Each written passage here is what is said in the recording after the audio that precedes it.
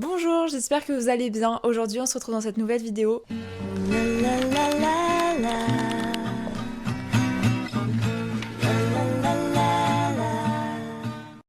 Je suis tellement heureuse d'enfin commencer les vidéos d'automne. Aujourd'hui, je vais vous parler de mes livres coup de cœur pour l'automne. J'ai essayé de trouver des livres qui matchent pour tous les goûts. Autant pour les personnes qui aiment la romance, les livres un peu plus classiques, pour les personnes qui aiment le fantastique fantasy. Tout d'abord, j'aimerais un tout petit peu vous introduire ma mini pile à lire que j'ai pour actuellement l'automne. Alors vraiment, il n'y a que 2 livres. Mais c'est juste que j'essaye de beaucoup moins acheter en avance des livres. Parce que j'ai remarqué que j'achetais pour acheter et qu'au final, la plupart du temps, la moitié des livres que j'achetais, je finissais par les vendre parce que c'était vraiment des livres que j'achetais sur un coup de tête et pas des livres que je voulais réellement. Il y a bientôt des nouvelles sorties. Normalement, vous voyez cette vidéo la veille du réel premier jour d'automne. Dans ma pile à lire, on a 2 livres, du coup, 2 livres qui sont, je pense, parfaits pour l'automne. Enfin, c'est même pas je pense, c'est je suis sûre qu'ils sont parfaits pour l'automne. J'ai actuellement commencé La Société très secrète des sorcières extraordinaires. C'est vraiment pas un nom pour des personnes qui sont dyslexiques et qui ont du mal à articuler parce que c'est vraiment galère à dire. Ce livre, vraiment parfait pour l'automne. Alors, je vous donne un petit peu mon avis pour l'instant parce que je suis seulement page 109, donc c'est compliqué de vous donner un avis sur le livre global. Si vous cherchez une petite lecture réconfortante, pour l'instant pas tellement prise de tête, vraiment assez cosy et c'est très automnal. Pour l'instant ça se passe au mois d'octobre et il me semble que cette lecture va se poursuivre jusqu'au mois de décembre, si je dis pas de bêtises bien sûr. Je pensais de base que c'était une lecture pour l'hiver parce que j'avais commencé à la lire en hiver 2024 et je me suis rendu compte que c'était en fait plus une lecture d'automne. C'est pour ça que je l'ai arrêtée pour la reprendre que maintenant. Et si vous aimez l'ambiance sorcière, franchement c'est parfait. On continue du coup avec le livre qui est dans ma pile à lire pour l'automne, Mémoire de la forêt, le tome 2. Celui-ci aussi je l'avais commencé l'automne dernier mais j'étais vraiment pas dans le mood, c'était pendant mon mois d'octobre il me semble, et j'étais vraiment pas dans l'ambiance du livre, j'avais vraiment du mal à lire à cette période-là, donc j'avoue que j'ai dû lire même pas 50 pages, j'ai dû lire une trentaine de pages et abandonner, mais cette année j'ai décidé de vraiment le lire parce qu'il y a le tome de l'hiver qui est déjà dans ma pile à lire et surtout il y a le tome du printemps qui est sorti que j'ai envie d'avoir au printemps et j'aimerais bien du coup finir cette saga en 2026. Ce livre, rien que la couverture, je pense que vous doutez que c'est un livre parfait pour l'automne. Très hâte de le lire. Je vous ai présenté les livres de ma pile à lire et ma lecture actuelle. En fait du coup le livre de ma pile à lire et ma lecture actuelle. Maintenant je vous présente du coup mes coups de cœur pour l'automne. Je précise quand même que j'ai beaucoup de livres que je vous ai déjà présentés sur mon TikTok, sur mon Insta ou sur mon YouTube, mais là j'avais vraiment envie de tous les rassembler et de pouvoir vous faire une vidéo complète sur vraiment les livres de l'automne. Je voulais commencer par lui parce que en fait il y a clairement le mot automne dans le nom, mais Un automne pour te pardonner. Tout le monde le connaît, tout le monde l'a déjà vu passer partout, mais Un automne pour te pardonner, franchement un super bon livre. Il mélange autant romance et enquête. Pour les personnes qui lisent pas spécialement de la romance et qui aiment bien plus les policiers, je trouve que c'est le mélange parfait. Et en même temps, la vibe du livre à Édimbourg, avec toute l'ambiance d'automne, j'adore. Si vous avez d'autres livres de ce style à me conseiller, franchement je suis preneuse parce que je cherche des petits livres comme ça où on n'a pas que de la romance dans la lecture. Pour continuer dans les livres du BookTok, je veux continuer avec Verity de Colleen Hoover. Attention aux tristes problématiques, il vaut mieux acheter ces livres d'occasion, je préfère préciser. Je trouve que c'est le livre qu'il faut lire si vous avez aimé La femme de ménage. C'est vraiment un livre dans la même vibe. Pour ceux qui ne connaissent pas, même si je pense que beaucoup d'entre vous l'ont déjà lu ou déjà vu passer sur le BookTok. Du coup on va suivre Lowen. Lowen, c'est une écrivaine, une autrice, qui va avoir l'opportunité d'écrire le dernier livre de Verity, qui est une autrice très connue. Et, enfin pas le dernier livre, mais je crois que c'est le dernier tome de sa saga. Si je dis pas de bêtises, je l'ai lu il y a quand même un moment, donc je me rappelle pas exactement de tout. Elle doit écrire du coup le dernier livre, le dernier tome de la saga de Verity. Verity a eu un terrible accident en fait de voiture et elle est paralysée. Et il faut que ce livre sorte parce que les contrats ont été signés, etc. Donc Lowen est engagée pour écrire le livre à sa place, et pour écrire le livre à sa place, elle va avoir accès au bureau de Verity avec clairement toutes ses notes. Et elle va tomber sur l'autobiographie qu'a écrit Verity sur elle. Elle va apprendre plein de choses sur Verity, des secrets qu'on ne connaît pas sur elle. Et aussi, il y a un petit peu de romance dans cette histoire avec le mari de Verity qui s'appelle Jérémy. On suit autant Lowen qui écrit le livre du coup de Verity, qui vit dans la maison de Verity, qui voit qu'il y a une ambiance bizarre dans cette maison, qu'il y a plein de secrets, qu'il y a plein de choses qui sont cachées, plein de trucs très étranges ou des comportements bizarres chez tout le monde. Et en même temps, on suit l'ancienne vie de Verity grâce à son autobiographie. Waouh, c'est dur à dire, hein. Au fur et à mesure, on comprend les mystères et tout ce qui se cache dans cette maison, dans cette vie, dans ces personnages. Enfin, vraiment, pour moi, c'est la vibe de la femme de ménage. Il y a vraiment ce truc de la maison avec plein de secrets, plein de choses étranges qui se passent. On continue encore avec les livres un peu du BookTok qu'on a déjà vu, c'est pour ça je m'attarde pas trop dessus. Et ensuite, je vous présente vraiment les livres moins connus, enfin, selon moi, qui sont moins connus et qui sont bien pour l'automne. Je vais vous parler cette fois de Anatomy Love Story. Alors, ce livre, je savais pas trop à quoi m'attendre en fait, et j'ai envie de vous le présenter parce que je le trouve quand même hyper intéressant. Avec du recul, j'ai vachement apprécié cette lecture, mais en même temps je trouve qu'il est trop facilement donné au public jeune. Enfin, pour moi, c'est pas un livre pour les jeunes spécialement. Il faut quand même savoir qu'il y a quand même des scènes un petit peu gore de médecine. Alors peut-être que c'est moi qui suis vraiment très sensible à plein de choses, mais je trouve quand même que les scènes de médecine sont assez gore parfois, donc je dirais à partir de 15-16 ans, mais pas plus jeune, puisque vraiment quand je le vois dans les rayons jeunesse, ça tombe dans les mains d'une jeune fille de 12 ans qui est assez sensible, bah genre je trouve que ça matche pas trop, enfin bref, c'est que mon avis encore une fois, mais du coup je vous raconte un petit peu l'histoire pour ceux qui ne connaissent pas.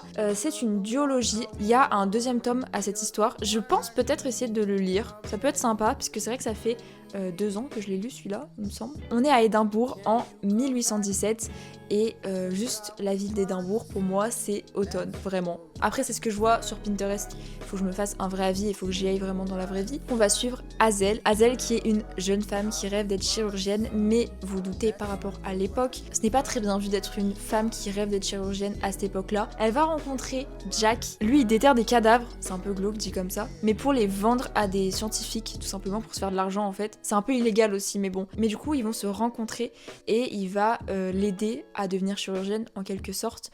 Et en même temps, il y a une petite romance entre les deux, mais c'est très léger, vraiment. On me l'a vendu comme un livre de romance, mais moi je trouve que la romance est très légère. Vraiment, ce qui compte surtout, c'est l'évolution de Hazel dans la chirurgie. Je l'ai quand même pas mal annoté. En fait, ce livre, c'est que je l'ai aimé, mais je pense que j'ai mal été renseignée. On m'a vraiment vendu ça comme de la romance et tout. Sauf que c'est pas vraiment un livre de romance pour moi. Même dessus, c'est marqué genre une romance gothique délicieuse, mais de mon souvenir, j'étais pas en mode waouh la romance de ouf. Oui, ils vont tomber amoureux, mais c'est pas le sujet principal du livre, et je pense qu'il faut le lire pour se faire son propre avis à partir de 15-16 ans et pas avant, je pense. Pour rester dans des légères romances, je vais vous représenter pour la je ne sais pas combienième de fois un livre que j'adore qui est un de mes coups de cœur, mais tout simplement Les gens heureux lisent et boivent du café. Il y a aussi le tome 2, mais je trouve que le tome 2 est moins automne. Je sais pas pourquoi, mais j'ai moins ressenti ce côté automne avec le tome 2. Peut-être plus hiver-printemps. Les gens heureux lisent et boivent du café, pour ceux qui ne connaissent pas, on suit Diane qui a malheureusement perdu dans un accident de voiture son mari et sa fille, et on la suit un an après ce tragique accident. Elle s'en est toujours pas remise et elle va prendre une décision, partir en Irlande. C'est parce que son mari rêvait d'aller là-bas, et du coup elle décide d'aller là-bas pour essayer de faire son deuil et de passer à autre chose sans être dans l'appartement où ils ont vécu avec elle, etc. Vraiment essayer de faire son deuil. On passe par toutes les émotions. Genre vraiment il y a des moments j'étais en larmes, il y a des moments j'étais mort de rire. J'ai eu toutes les émotions et je pense que il m'a beaucoup touchée parce que c'est un des premiers livres que j'ai lu qui n'est pas de la new romance. C'est pas mal pour démarrer la lecture ou pour se relancer dans la lecture. Le prochain livre, c'est encore un livre de sorcières et c'est le livre parfait si vous avez aimé La Société très secrète des sorcières extraordinaires. Je trouve que les deux sont vraiment dans le même style d'univers. Karma Witch, lui du coup je vous en ai déjà parlé, c'est un des premiers services presse que j'ai eu, mais je l'ai lu en numérique et mon copain me l'a acheté en papier parce que je l'ai vraiment beaucoup aimé. C'est vraiment un livre parfait pour l'automne par rapport aux descriptions qu'il y a dans le livre, etc. On suit du coup Karma, une jeune sorcière, enfin au départ, elle ne savait pas qu'elle était une sorcière et elle va s'en rendre compte. Donc elle va retourner chez ses tantes qui l'ont élevée et elle comprend que ses tantes sont également des sorcières. Elle va retourner dans la ville dans laquelle elle a grandi, recroiser son amour d'enfance. Il y a un peu de romance donc c'est cool, mais en même temps c'est un peu fantastique fantasy. Enfin vraiment ça mélange plusieurs genres et c'est plutôt sympa, c'est assez court. J'aimerais bien essayer de le relire parce que du coup je l'ai lu que en numérique et c'est pas la même chose que le lire en papier. Ça se voit d'ailleurs parce qu'il est vraiment tout neuf. On continue avec un livre qui je pense n'est pas tellement connu. June, je sais pas si on dit June ou June. C'est le premier tome d'une trilogie, j'ai lu que le premier tome. En gros, pour vous expliquer, on me l'a offert quand j'avais genre 11-12 ans, sauf que à ce moment-là je ne lisais absolument pas, donc je l'ai lu plus quand j'avais 16 ans.